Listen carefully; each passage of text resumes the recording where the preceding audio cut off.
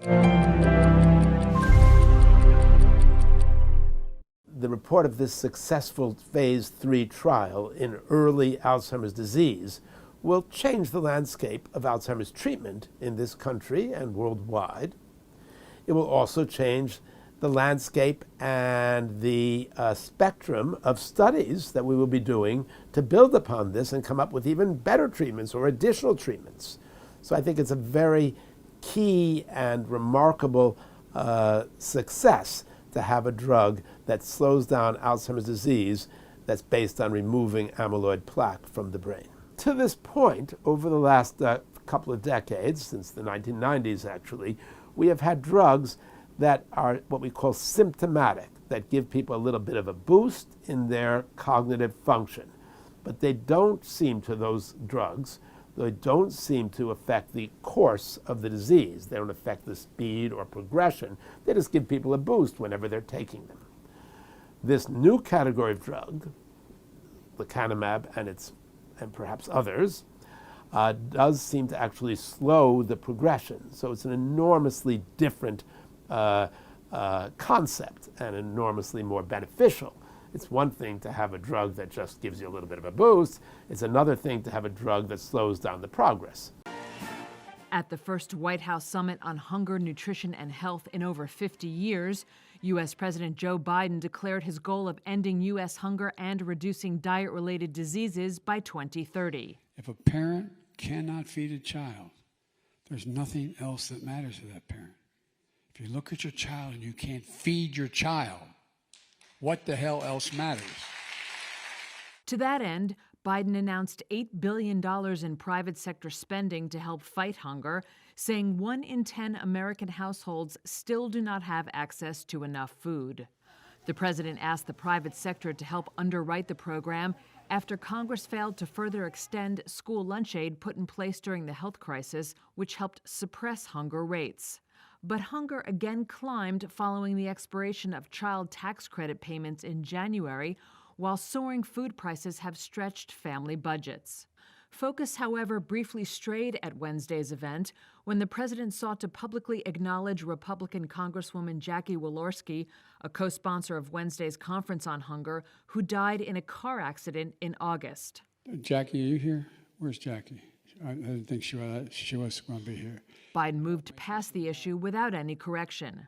When asked about the incident multiple times later on Wednesday, White House Press Secretary Karine Jean-Pierre said Biden had already planned to welcome the Congresswoman's family to the White House for a bill signing on Friday, and that's why she was, quote, top of mind.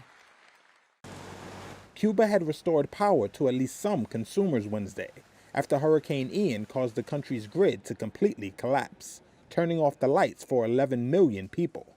Ian knocked out power even in far eastern Cuba, which was largely unaffected by the storm.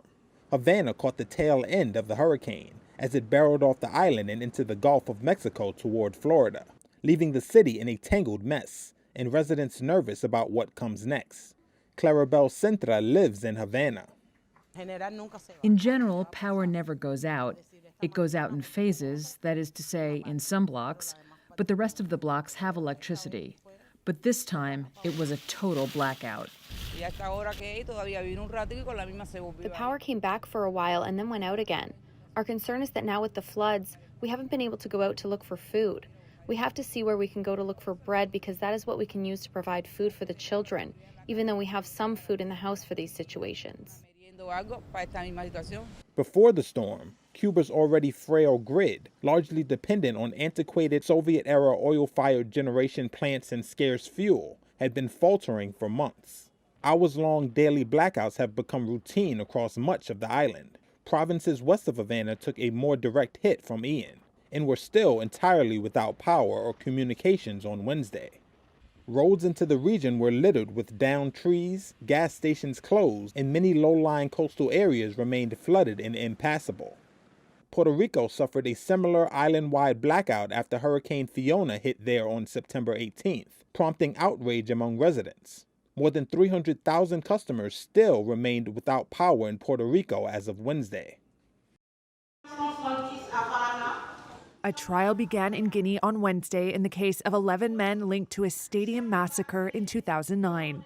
Prosecutors say more than 150 people were killed and at least a dozen women raped by security forces. Charges included murder, rape, torture, and theft. Former military ruler Musa Dadis Camara is among the accused. Court was adjourned until next week, but International Criminal Court prosecutor Karim Khan touted the start of the long-awaited trial. Some doubted this day would come. Justice is not cosmetic. It's not a cosmetic exercise.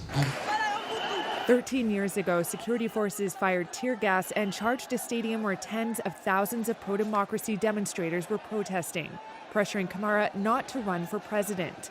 People were shot, stabbed, beaten, and crushed. Camara has denied responsibility in the case and blames errant soldiers for the rampage. Survivors and family members say they hope the trial brings justice.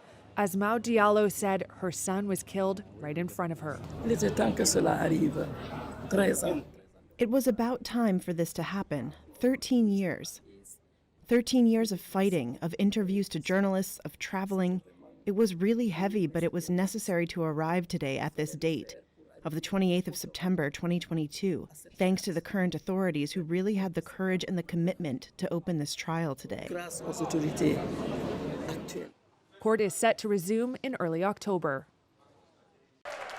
U.S. stocks ended sharply higher on Wednesday after more than a week of heavy selling that left the S&P 500 at its lowest close since late 2020.